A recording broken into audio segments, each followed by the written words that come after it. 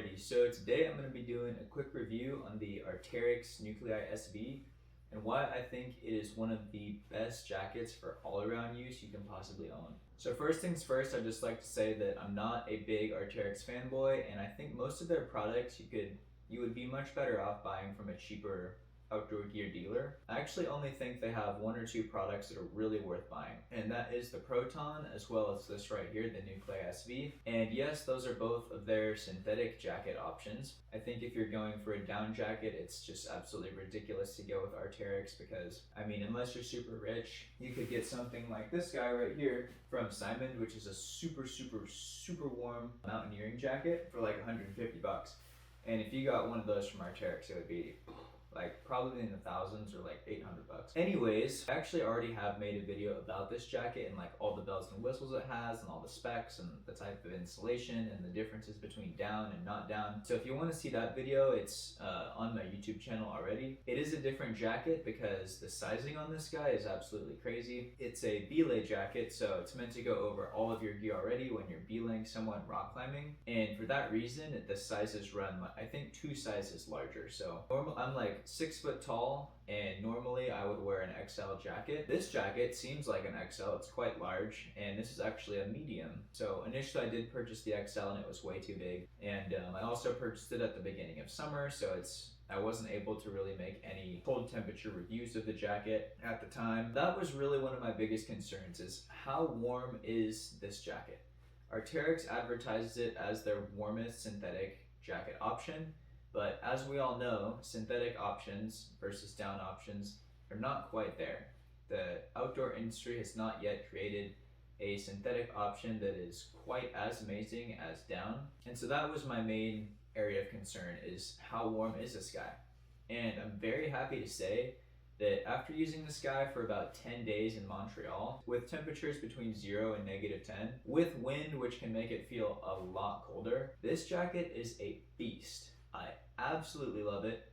Even with just a t-shirt on under it in like -10, it is totally fine. Not even exercising, just like on a slow walk to the grocery store or whatever. Super unbelievably warm. So I am not a person to spend a lot of money on like a bunch of really nice jackets.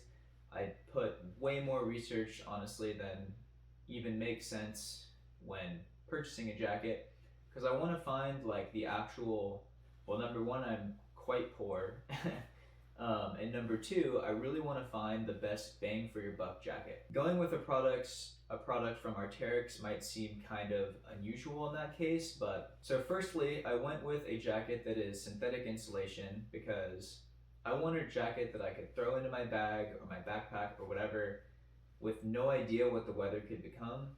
So it could be rain, it could be hail, it could be freezing temperatures with snow. And I wanted one jacket that could basically handle all of those things. If you ever go talk to somebody who works in like an outdoor gear department or an outdoor gear store and you say, hey, yeah, I want one jacket that I can wear in every situation, they're just gonna be like, what? Like, no. And generally that's right. But I think the Arc'teryx Nuclei SV is really as close as it gets to one jacket where you can really just throw it in your bag and use it for any situation. So, number one, it's extremely warm. Usually synthetics aren't as warm as down. In this case, whatever they're using in here. On my old video, I explained all of the qualities of the insulation, everything, but it's been a while since I made that video, so if you want to know like exactly what's in the jacket, just go watch that. It's also going to get much colder this winter in Montreal, and I'm excited to make another follow-up video to this one, just in much more detail, much more depth, after using it for more than just 10 days. In temperatures as low as -30 it can get here, so really excited for that. And then most importantly is that the jacket, no matter how wet it gets, the insulation will keep you warm. Another really cool thing is that even if the jacket wets out, the insulation in here will not take on water at all. It's super hydrophobic.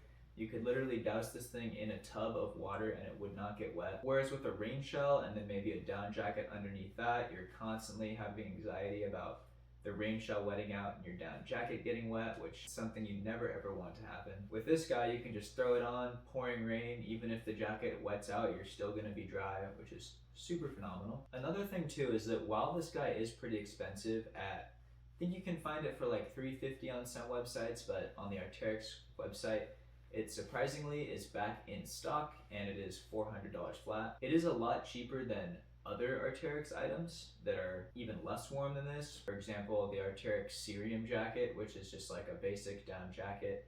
I don't know why anybody would buy it for the price. Is also $400.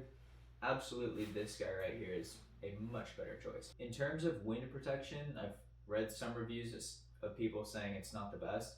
In my experience, it has been the best. It's been really, really good with wind, super good with rain, and super good with very cold temperature. Quickly going over the jacket, it has two really big drop pockets on the inside, two felt-lined hand warmer pockets, a hood with a hood cinch. So obviously when you're buying a jacket that's meant for rock climbing, you want to make sure you get one that has a hood cinch, because these jackets are meant to be worn with helmets, and if you want to just wear it around as an everyday jacket, you don't want to have a hood that is going to fall over your face or be way too big for your head. I do wish the hood cinch on this got tighter. The hood on this guy is really big, and even with the hood cinch pulled all the way in, it is kind of big. The sizing on this jacket is also something people should take note of. Initially, I bought the XL, because usually I am a size XL in jackets. That was way too big. This is a size medium, and it's just as big or a little bigger than a normal XL size jacket. And again, that's just because it's normally for B-lane. So this is another jacket I have. This is a super warm mountaineering jacket from Simon. Incredibly good deal. Probably the best down jacket deal you could ever find.